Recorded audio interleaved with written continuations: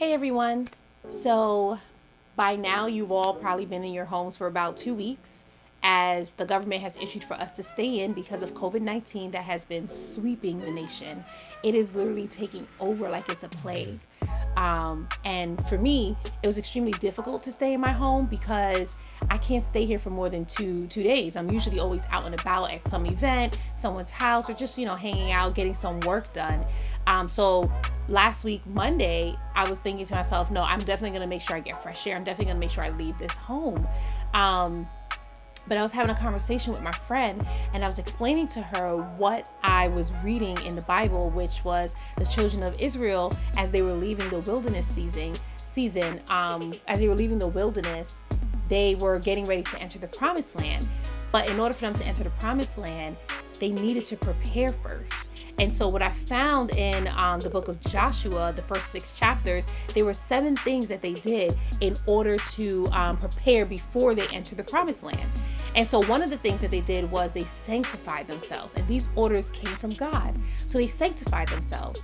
And as my friend was explaining to me what goes into the sanctification process, it really hit me. God is calling us to be set apart. And I was very reluctant to it because I didn't realize that God was saying, like, no, I need you all to stay in your homes as this plague is passing over. And the thing is, like, as I came to that realization, I started seeing more pastors talking about it. More people were reading the book of Exodus and the book of Joshua. More people were comparing what's going on with COVID-19 to when the Israelites were in Egypt and the angel of death was passing over. And so it spoke volumes to me. So I decided that I'm staying in my home. I stayed in my home. I anointed some oil. I put it on the doorposts of my home. I put it on the windows of my home. And I'm just staying in. And I was perfectly fine with it. And so all week, all I did was seek God's face. And it was prayer, speaking in tongues. It was laughing with him and spending time with him and really just seeing, like, what is he saying? But not more so was he saying about COVID-19. I found myself just interceding and praying on behalf of those who were infected, and just praying for this world, as it seemed like the spirit of hopelessness had gone out. The spirit of fear and confusion had gone out and consumed many lives.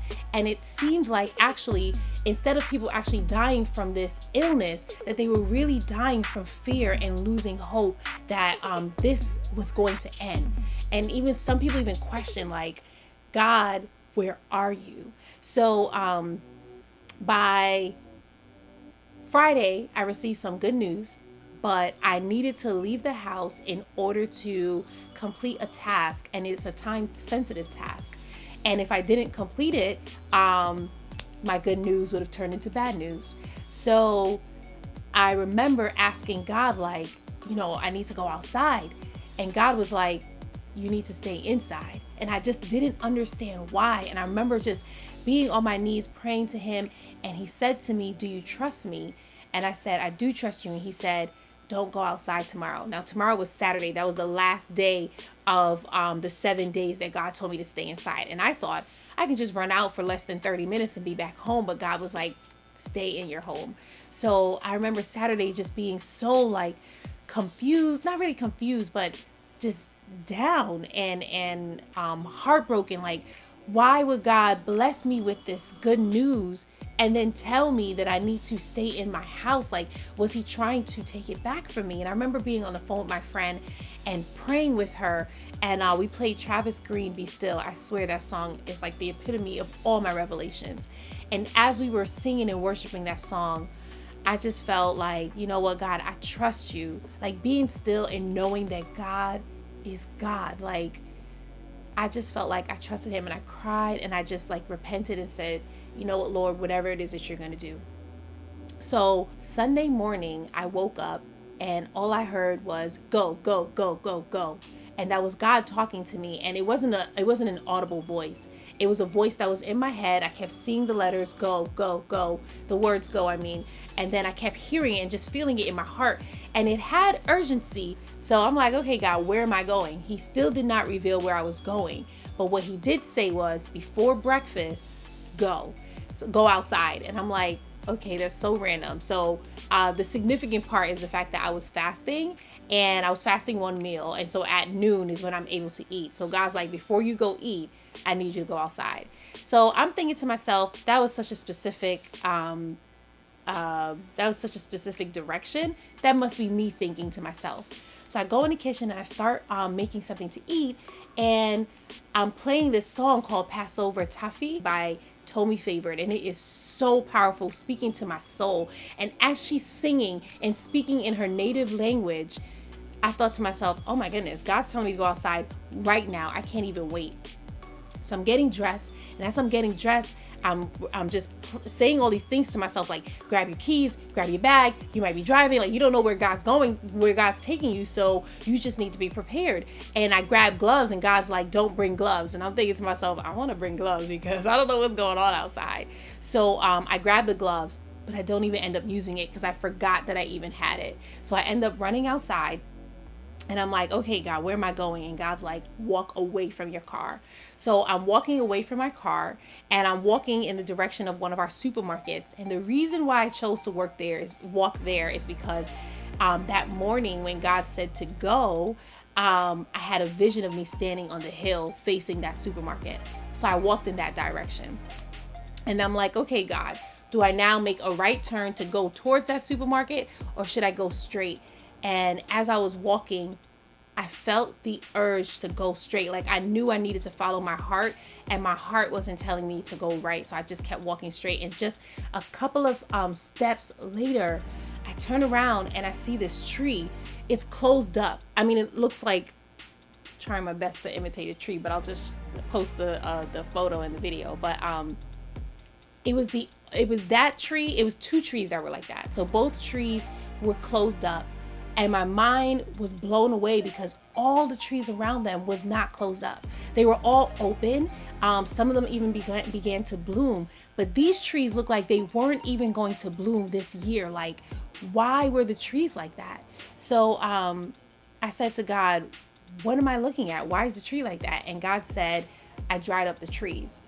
And I'm like, why would you dry up the trees? Like, that doesn't make any sense to me. And so I look around, and I'm noticing those are the only two trees that are like that. So I'm thinking now, oh my goodness, God is seeking judgment on us. Like, what can we do? And God said to me, I dried up the trees.